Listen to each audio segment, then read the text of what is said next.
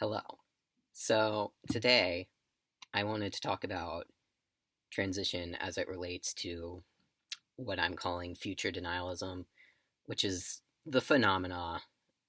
It's not new, but the phenomena of like younger people, teenagers, young adults being like, I'll be dead by 18, I'll be dead by 30, whatever. And it's like, probably not. And just how it leads to like really bad decision making in life and whatever. Um, as always, I'm just like saying whatever I think. I just like to do that. The internet is a great place for it. Also, I fixed my mic, I think.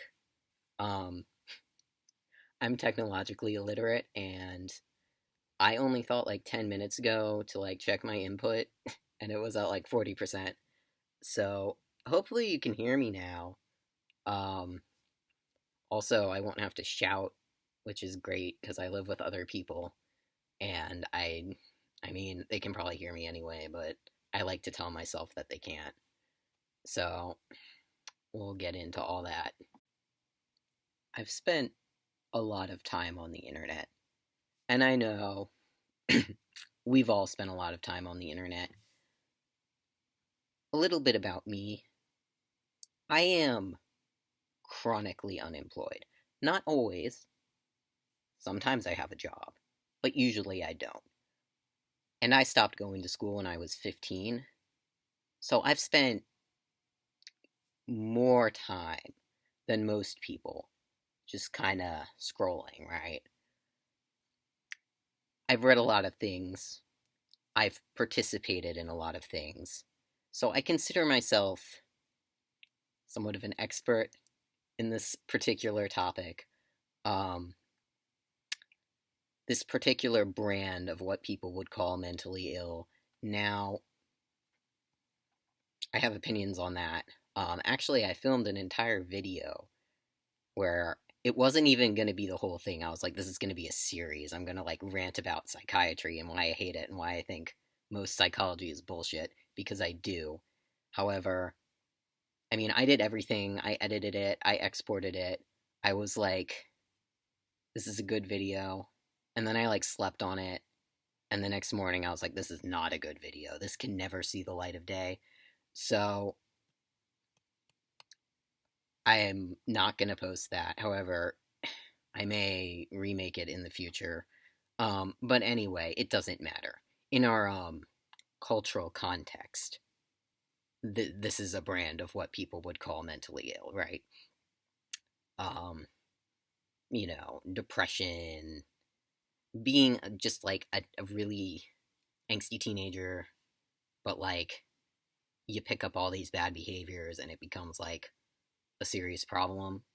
Um, and there's a certain type, right? There's a certain type of person who like really convinces themselves that like they're gonna like burn bright and go out quick. They're gonna live fast and die young, whatever. And you, this may have changed because I've like checked out in recent years. I honestly just like I avoid a lot of the things and the people who I used to interact with. Um, but at the time and in those places, primarily like kind of went unchallenged when people would say stuff like that. Um, and when it was challenged, it was just like, oh, you should take care of yourself, and like there wasn't really this like factual, what people really needed was like, your 70-year-old uncle to come sit you down and be like, look, here's my list of chronic health conditions, and this is what actually happens when you don't take care of yourself, and you're probably not going to die. And like, let me tell you about my dermatologist appointments where I go every 6 months and have the precancerous lesions scraped off the tips of my ears and my bald spot because I didn't wear sunscreen, right? That kind of thing. Like the actual truth about what happens here when you treat yourself badly, which is generally not that you're just going to die, it's that you're going to get sick and be miserable for decades and then die like a few years earlier than you would have otherwise. So, let's talk about suicidal fantasies. Off to a great start. Good thing my channel isn't monetized, because I would be losing something there. Anyway, the future is very intimidating. Okay, if you're a high functioning person, maybe less so. But if you're like me, or you're in any other position where like you just can't get it together, life is hard, or you're just scraping by, the thought of what will come next is horrifying, right? It only takes one person dying, or you getting sick, or you losing a job when you aren't paid much and maybe don't have a lot of savings, for everything to fall apart. Um, Being homeless, that's always been like one of my biggest fears, is being homeless. I don't want to be homeless. Do I even have to say why? I mean, it's just terrifying. And when you are, it's probably terrifying at 2 points. First of that I'm going to talk about is when you're young, especially like a teenager. The second is probably, I don't know, if you're in your 50s or 60s and you're staring down old age, then that's probably worse, but I don't have any experience with that. Um so like if you're a teenager or a young adult and you're not on a good track in life, right? You're already kind of failing at the things you're supposed to be doing that are considered to be easier than what comes next. Even though, in my opinion, working is easier than school, but that's not what people tell you. And if you've never had a job, if you're 15, you don't know that. So, how should I explain this? It's like almost like the future is just like a freight train bearing down on you, and you're like tied to the tracks. Like you can't stop time, right? You're getting older and you're being expected to do more and to function at a higher level. And if you're someone who's like non-functional or like barely functional, the oncoming of additional responsibility and expectation is just is just the worst, right? Like the idea of thinking that there is a future is worse than thinking that there's not a future. So the natural result of that, if you're somebody who fantasizes a lot, you have an active imagination, you ruminate a lot, what you're going to imagine is dying, not necessarily because you want to die, although maybe you do, but because it's an escapist fantasy, to tell yourself that you're not going to have to deal with that, right? That job that, my parents are going to die one day and they won't be able to help me then, and I'm expected to be able to take care of myself, and I'm already failing at that, even though I like am a teenager and not even fully expected to take care of myself yet, and yet I'm still failing at what I'm supposed to be doing, and I'm supposed to do more very soon, and I can't do it, and all that. It's all just horrifying, right? So you're just gonna like start blocking it out, right? However you can, just not thinking about the future, or just thinking, you know what, future doesn't exist, I'm gonna die, right? That's a very easy mental leap to make if you're in that situation. Um, and some people just do that and they just stick with it. They don't necessarily do anything bad.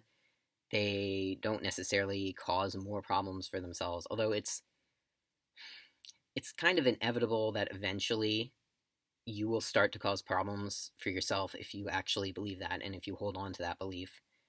But it doesn't always happen. It doesn't always progress in the same way or whatever.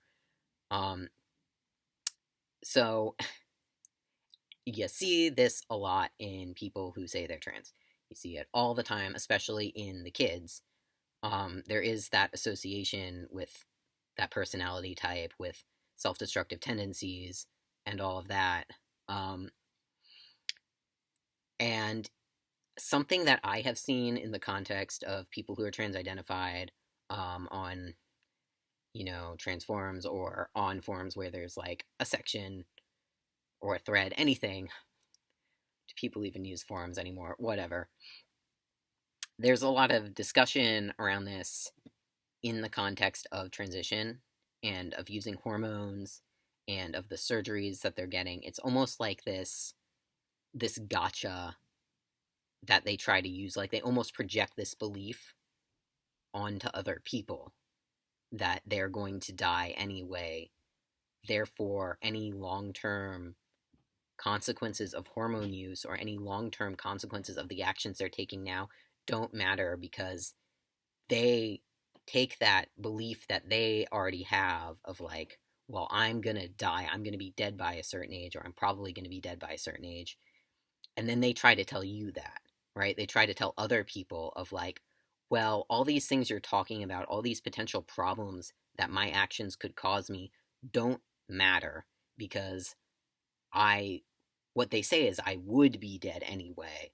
But a lot of time what they mean is they still think they're going to be dead anyway. And it's just it's false, right? I mean, if you're older, you've been young before, right? You may well have experienced this yourself, and you inevitably find out. You wake up one day, you're 60 years old, you're still here, and if you did certain things, and even if you didn't, but more likely if you did, you have some health problems, and those are bad enough on their own, but they're worse when it's like partially your own doing, right? And this is where I find myself often just like wanting to take these young adults, these children, the youths, and just like shake them by the shoulders and be like, do you know the numbers? Like, do you understand what the actual likelihoods here are? And the fact that, most people, even most chronically, like, long term suicidal people, never actually kill themselves. And, I wouldn't. The numbers on this are bad, right? And they're not bad like, oh, the numbers are like represent something bad. I mean, the numbers are bad. Like, I tried to dig into some of these statistics and they vary wildly. They're all over the place. It just, we don't know, right? Um, I saw an estimate of successful suicide, like it was 1 out of 11 attempts, and it was like, that's obviously false, because I'm seeing these other surveys and studies that are saying that lifetime, right, out of everybody who's ever attempted suicide, so you have your like enriched pool here of likely candidates, it's still like single digits number of people who eventually successfully kill themselves, right? It's very small. It's like 5%, maybe, could be 8%, could be lower than 5. I don't know, but that's lifetime, right? How many attempts that takes, I don't know. But it's not a number that I would bet anything important on, right? You're never gonna put something vital on a 5 to 8% chance of anything. But what you're doing when you start deciding not to participate in life, and you start deciding to take risks, and you start doing things that are going to damage your health, you start doing drugs, right? Whether that's actual like illegal drugs, whether that's taking hormones and taking steroids, these are all things you're doing under certain assumptions of risk and reward, right? And it's true that every individual thing you do, your likelihood of risk is pretty low, but over time, you're building up problems, but those problems usually aren't death. Those problems are heart disease. Those problems are cancer risk, of cancers that, most people don't die of cancer anymore, right? Most cancers now are actually very treatable, but it's a very unpleasant treatment process, and it may well leave you chronically ill and or disabled, right? It's, you're giving yourself high blood pressure, you're giving yourself liver problems, kidney problems, all of these issues that are chronic. And if you look at it, and obviously people in this situation aren't looking at it logically, it's a coping mechanism to believe that you're going to die. But somebody needs to give you that reality check, and it's really important that you know that you're probably not going to die. And if you do die, it's not going to be because you did anything. It's going to be like a car crash. It's going to be, you take a pill at a party and you die from fentanyl or something, where like you didn't mean to do that. It's just like you're going to get colon cancer, right? That's becoming really common among young people. You didn't make that happen, right? And you're no more likely to have that happen than somebody who's like the happiest person you know. And when you tell yourself none of this matters, or like I don't mind if this causes me problems, that's more what you hear people actually say is I don't care, right? I don't care about the problems it's going to cause. And they don't seem to understand like this isn't like it kills you or it doesn't.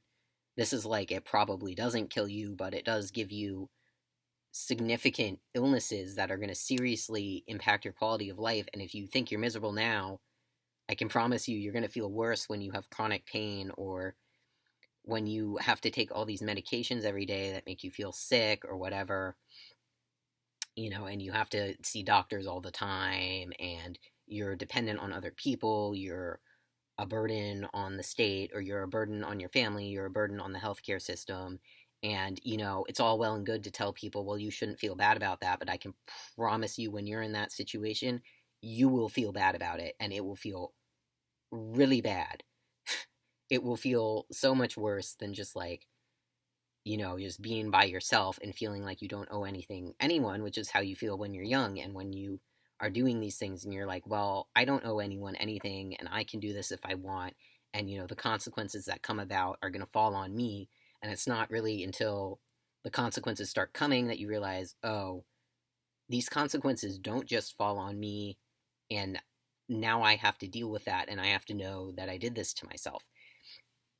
And like I don't even have any really significant health problems, but I do know, I used to have a very healthy heart, and doctors, I mean, I even had to wear a heart monitor as a toddler because my heart rate was so low that there was this possibility that there might be something wrong with me, and there wasn't. I just had a low heart rate and had low blood pressure always, and I never had any symptoms from that. I never had any problems from that. It was really just like, oh, my heart is fine. And furthermore, all of the women in my family have healthy hearts. I don't even, women who are obese, who have other health problems, none of them have significant heart problems. Um, but the men in my family sometimes do. And part of that is genetic. Um, and where I'm going with this is obviously I took testosterone, and my heart is not terrible, but it's not good, right? Especially given that I'm still in my 20s. My heart rate is kind of high, but it's not like clinically high. My blood pressure is kind of high, but it's not like clinically high.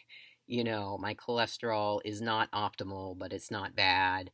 And, I look at like my mom, who has, her LDL is very low, and none of the women in my family have those problems.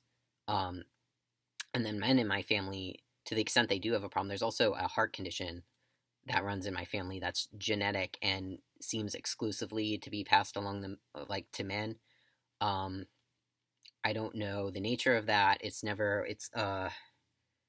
something is narrowed, right? I don't know what it is, but it's like it's just narrower than normal. Some valve, I think. There's some narrowed valve, and it's not. It's only a problem if you have heart disease, right? It's only a problem when the plaque starts building up, and then it's already more narrow than the average. So then that blocks up faster, right? Um, Neither here nor there. The point is, maybe some of the women in my family do have it. They just don't know because they don't develop heart disease. Except I seem to be on this track where I am developing heart disease, and you know, I don't eat fabulously well. I get some amount of exercise. I'm not going to say like there's no other factors that contribute to this, blah, blah, blah. But because you can never draw that line also, with most things. I mean, some things you can.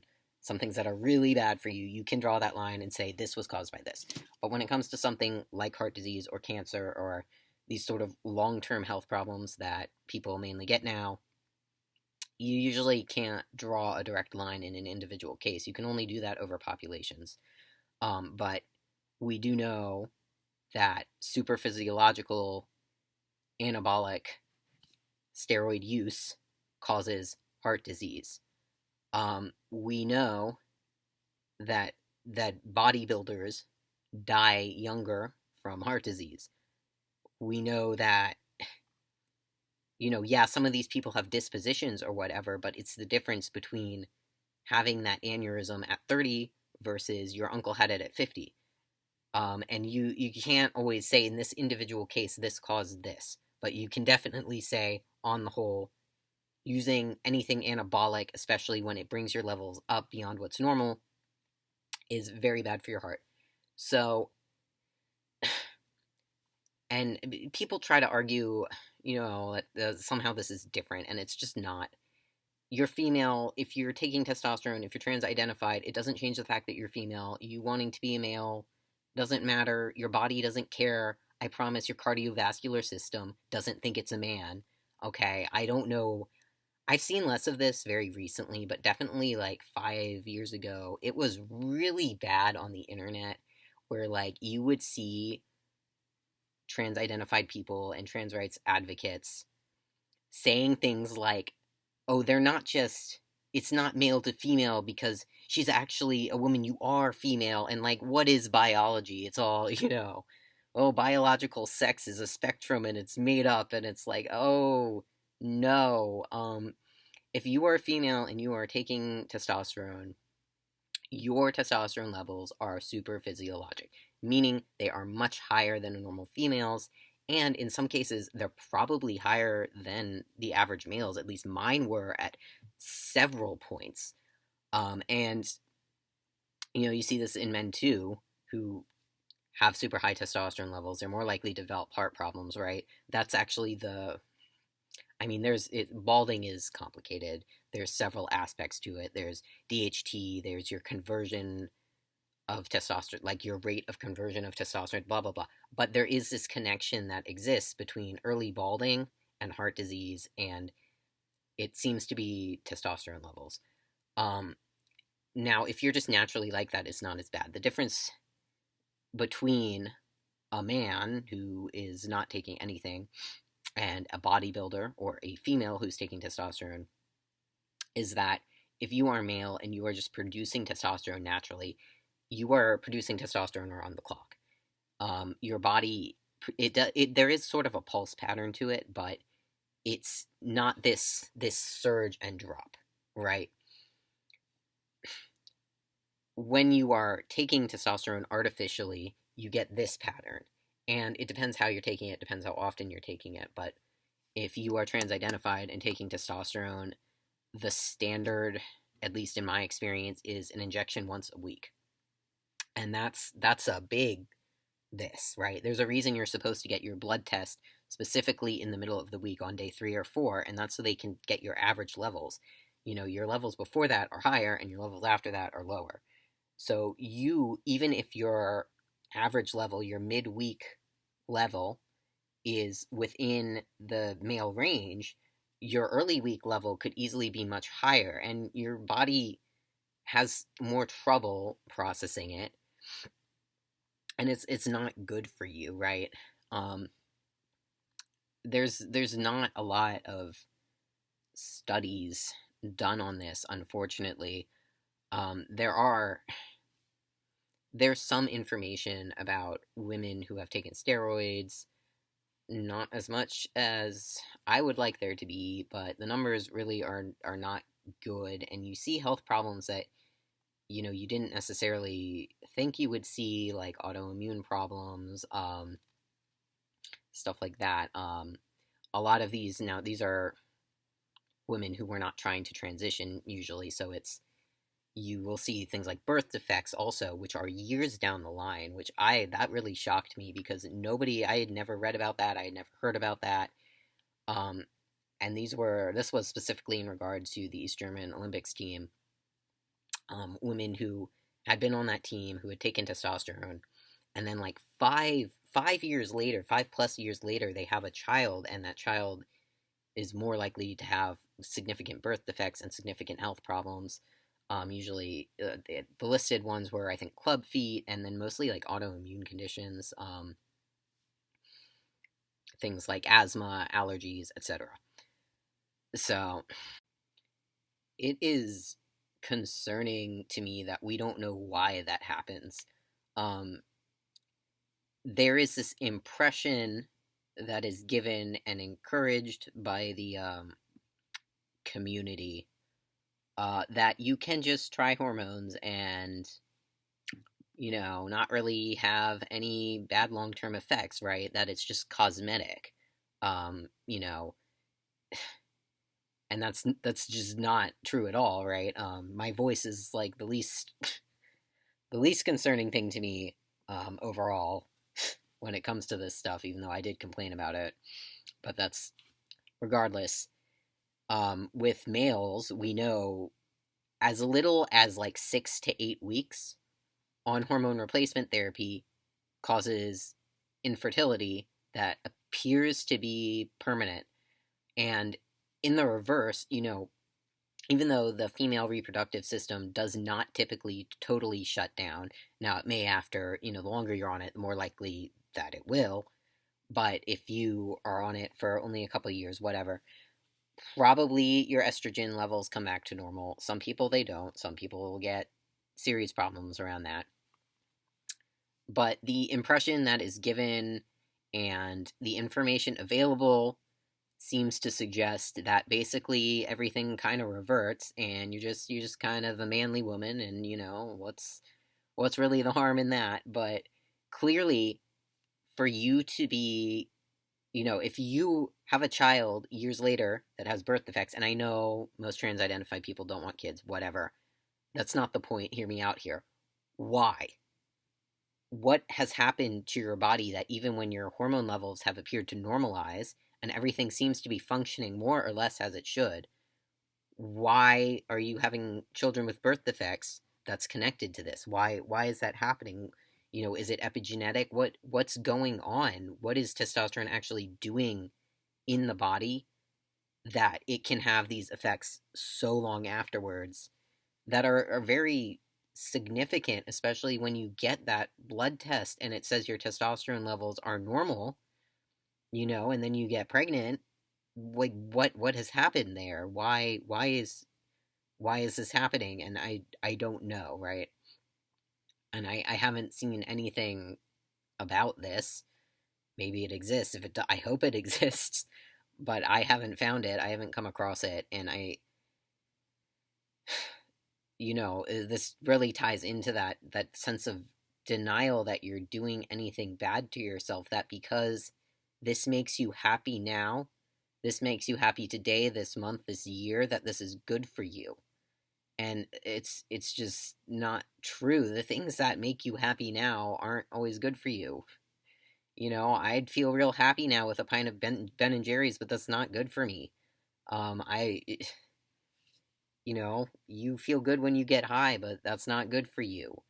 Maybe, these things in moderation aren't gonna kill you, but like it's true that when you repeat these behaviors over time, the same way you repeat taking a medication, you repeat giving yourself that testosterone shot every week, day, not day after day, but week after week, month after month, year after year, you are, this is a repeat behavior that causes effects, right? And they don't appear to be good even if you feel good about them. And there's sort of a myopic outlook on life, and we all do this, right? This is sort of inherent not just to human nature but to all nature. We prioritize tomorrow more than in 10 years. We apply a certain discount to the future, and the farther in the future that thing is, the more we discount it. um, we develop habits and we tell ourselves, well, every time I do this, it's fine. But, you're going to keep doing it probably. And you telling yourself that you're not is usually false. And it just, I, I don't really know, what can I say to like change this? It's not good for you. You're going to develop health problems, and you're going to regret those health problems when they happen, no matter how much you think now that it doesn't matter, or you think, oh, I'm totally going to die, and then you don't. And like, guess what? The average age of death in this country is 76, and that's lower than it used to be. But you have a 50% chance of making it to that age or past that age. And a lot of people do a lot of things. Most people drink, most people don't eat very well. There was a time when a majority of men smoked. This average age of 76 isn't representing a healthy lifestyle, right?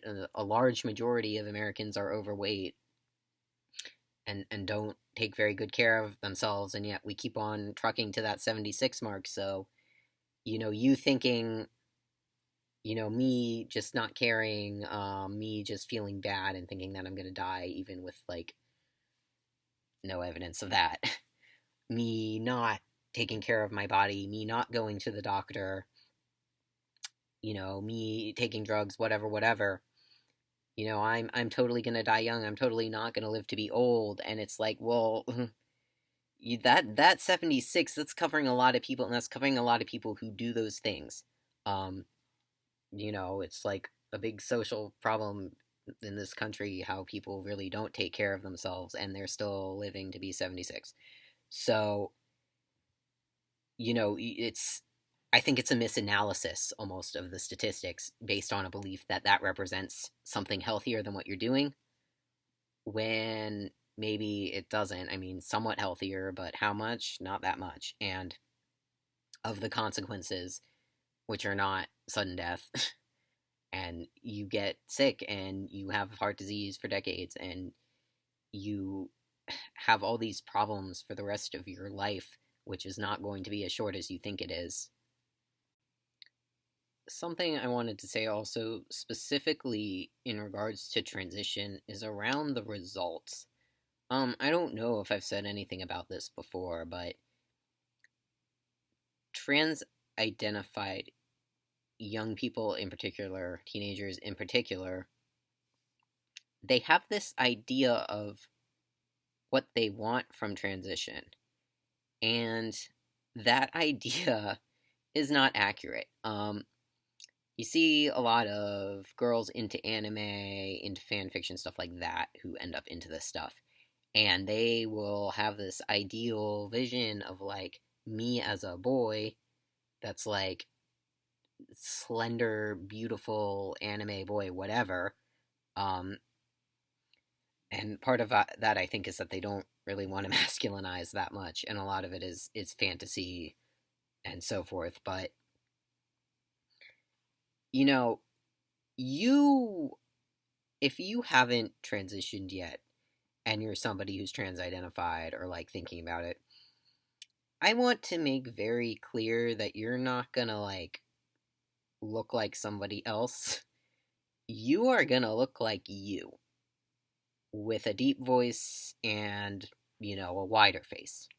Um, you're not gonna be more attractive.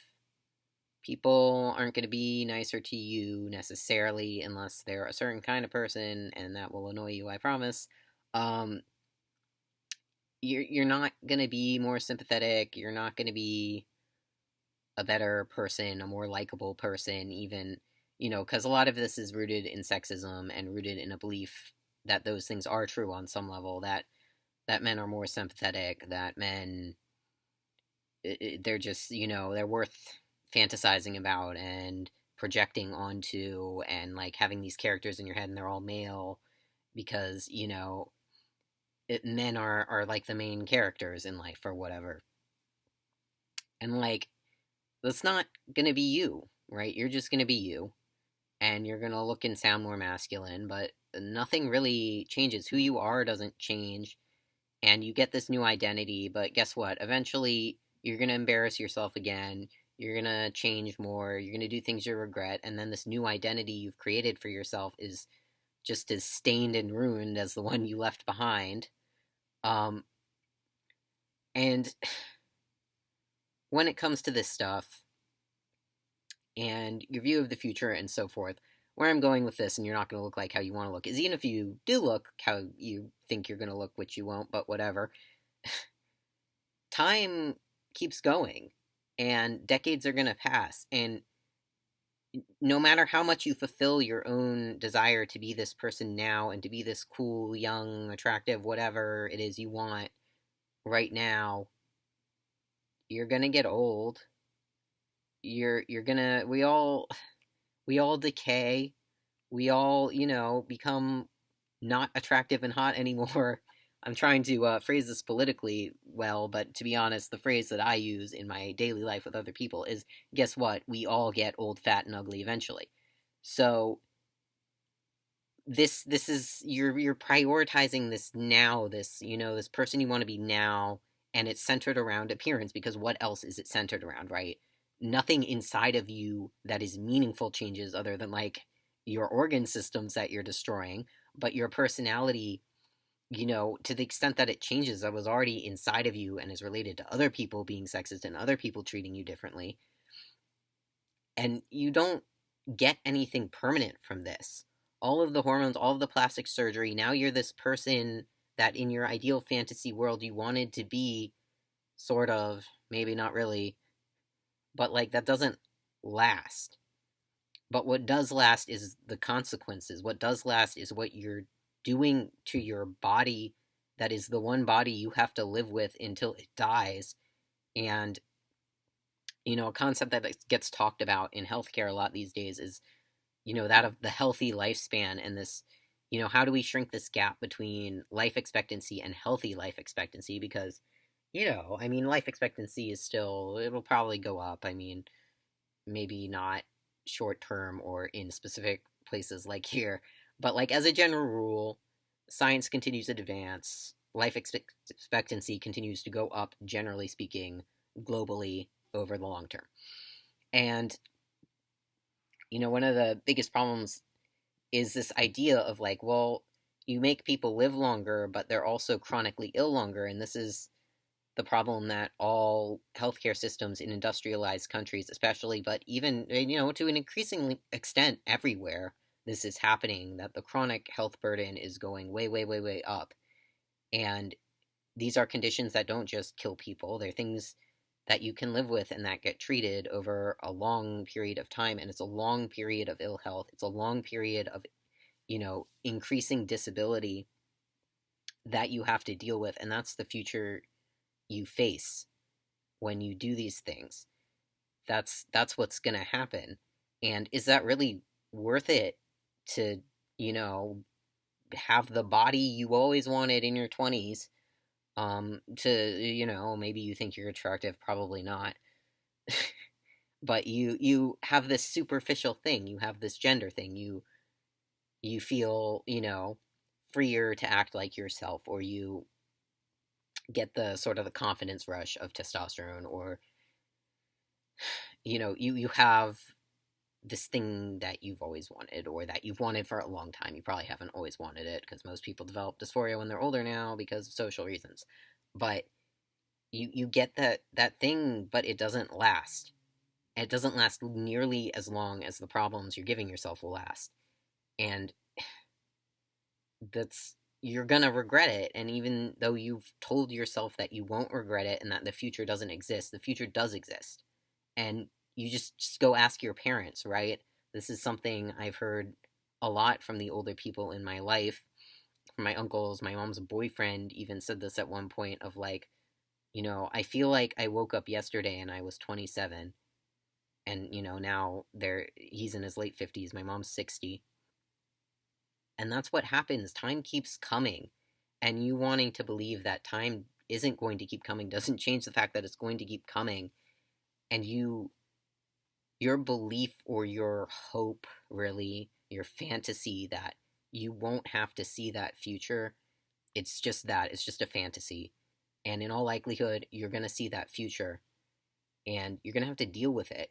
And you're going to have to live with those consequences and live that life where you're in pain, where you're sick, where you're tired all the time, where you feel like a burden. And if you feel like a burden now, you'll feel like more of a burden, because you will be more of a burden. Because if you are non functional now because of your psychological makeup or who you are, chances are you're still taking care of yourself in a daily sense. You make your own meals, right?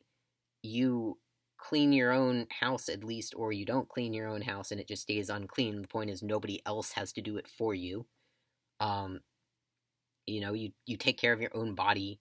You don't you aren't subsidized by other people in whatever way, because regardless of what kind of healthcare system you have in your country, there's always some subsidizing that goes on, right? Everybody in America, we just do it directly by paying into our insurance, and we're also paying for a lot of things that are overpriced and huge profit margins, but whatever.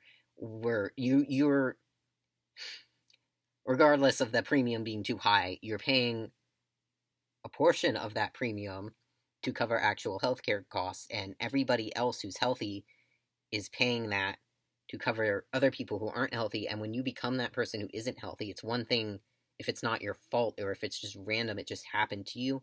But when it's your fault and you know it's your fault, like it's almost like everything kind of stings a little bit more. People will complain about healthcare costs and you'll think, me. People will complain about, oh my God, the chronic health burden, you know, our healthcare system is collapsing. It can't handle all these people who are sick and need to see the doctor all the time. And you have that like emotional reaction of oof, that's me. And that's not a fun place to be in. And it's especially not fun if you're sick enough, which we all eventually get there. Everybody dies, but how long you spend there, how slow it is, how much time and how much resources you take up in that process, that varies, and that varies on how long you're sick. And so when you accumulate these problems for yourself, and now you need somebody to take care of you, maybe even a family member has to quit their job to take care of you full time, and that's an extremely bad situation to be in, like just emotionally to be in that situation. And you discounting that because you either don't think it's going to happen or it's so far in the future that you're prioritizing your emotional state now for something that's fundamentally temporary, which is this body you want, and you spend all this money and all this effort on getting this body you want, and then I'll say it again, you get old, fat, and ugly anyway, and like, well, you're not this hot person you were hoping to be when you were young. You don't, and people say things, oh well, even I'd rather be an old man than an old woman or whatever, but it's like, what do you know about that? And do you really? Do you really? Because it's just, I mean, it is a lot of sexism in that too, but whatever. I don't think it's worthwhile, and like, it's really unfortunate that it's not more widely discussed just how this thing people do of like the future doesn't exist. I'm gonna go out in flames. It's like, no, you're not. And that's, what, that's how I'm gonna end this video. You yourself watching this, whoever you are probably going to live until at least your late 50s. Pretty good chance, pretty high chances of that. Doesn't matter how bad you feel.